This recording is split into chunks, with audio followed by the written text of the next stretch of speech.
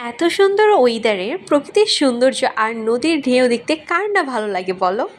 তাও আবার এত সুন্দর জায়গায়। তো আজকে আমি সেটাই শেয়ার করব তোমাদের সাথে।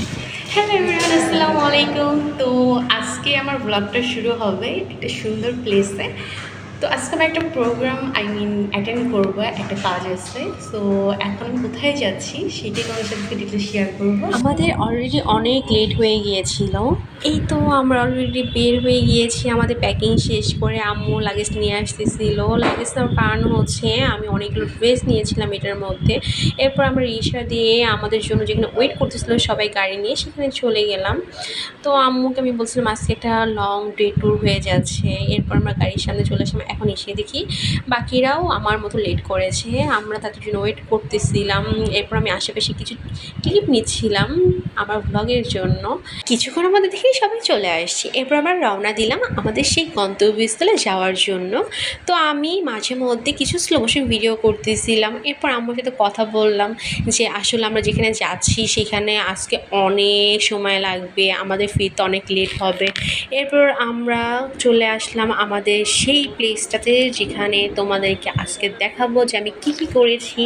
আজকে আমার কাজটা কী ছিল, মূলত আমার আজকে একটা শুটিং ছিল। শুটিংটা হচ্ছে আমাদের বিটিভির থেকে একটা ডকুমেন্টের কাজ ছিল, সেখানে আমি একজন উপস্থাপিকা হিসেবে কাজ করব। তো ভাই আমাকে কিছু ডায়লগ বলে দিচ্ছিল, আমার স্ক্রিপ্টে যেটা ছিল সেটা আমাকে তখন বুঝিয়ে দিয়েছিল। এরপর হচ্ছে আমি কাজ শেষ করে কিছু স্লো মোশন ভিডিও করলাম নদীর পাড়ের থেকে, কারণ নদীর পানি এত সুন্দর লাগতেছিল। আমার তো মন চাচ্ছিলো যে আমি তখনই যেয়ে গোসল করে ফেলি, কারণ এত সুন্দর পানি, এত সুন্দর ওয়েদার, ওভারঅল সব কিছু মিলে আমার কাছে ভালো লেগেছে। আমাদের অনেকগুলো প্লেসে শ্যুট ছিল, তার মধ্যে এটির নাম হচ্ছে আলমাদানি মাজার শরীফ। এটি অবস্থিত মানিকগঞ্জ জেলার শিবালয় থানা তেওতা গ্রামে।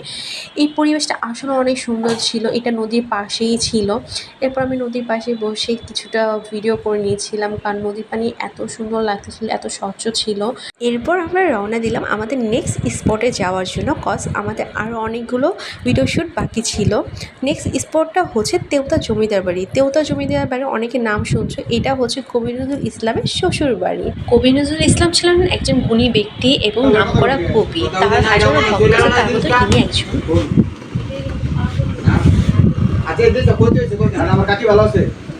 আমি জানি না। তিনি কিছুটা পাগল। এরপর আমরা আমাদের অন্য স্পটে চলে আসলাম নদীর পাশে শ্যুট করার জন্য। তো আমার সাথে আরেকটা আপু ছিল, উনিও হচ্ছে শ্যুট করতেছিল। আমরা দুজন উপস্থাপিকা ছিলাম। আপুর শ্যুট চলতেছিল, তো আমি একটু ওয়েট করতেছিলাম। আমি আশেপাশে ভিডিওগুলো নিয়েছিলাম, কারণ ওয়েদার অনেক সুন্দর ছিল নদীর পাশে বসে। এরপর কিছুক্ষণ পর দেখি অন্ধকার হয়ে যাচ্ছিলো, ভেবেই নিয়েছিলাম অনেক ঝড়ও আসবে মেবি, কিন্তু কিছুক্ষণ পর দেখি না, আসলে সেরকম কোনো ঝড় আসেনি। তার কিছুক্ষণ পর আমার শ্যুট শুরু হয়ে যায়। তো আমি দাঁড়িয়ে হচ্ছে আমার ডায়লগগুলো বলতেছিলাম। তো আমাকে পাশে থেকে অনেকেই অনেকভাবে হেল্প করেছে, এর জন্য সবাইকে অনেক অনেক থ্যাংক ইউ। আমার এটা প্রথম কাজ ছিল, আমি ডকুমেন্টারি কাজ এর আগে কখনো করিনি। তো ডকুমেন্টারির মূলত কাজগুলো থাকে হচ্ছে ভয়েসের কাজ। তো আজকে আমাদের ভয়েসের সাথে সাথে আমাদের ফেসটাও রিভিল করবে। এই তো আমাদের শ্যুট শেষ করে আমরা ব্যাক করার উদ্দেশ্যে আমাদের গাড়ির কাছে যাচ্ছিলাম। ওভারঅল সব কিছু মিলে অনেক ভালো ছিল দিনটা, কিন্তু আমরা অনেক টায়ার্ড ছিলাম, কারণ সারাদিন আমাদের শ্যুট ছিল। তো আজ এই পর্যন্তই। সবাই আমার চ্যানেলটাকে অবশ্যই সাবস্ক্রাইব করে দিবে। আল্লাহ হাফিজ।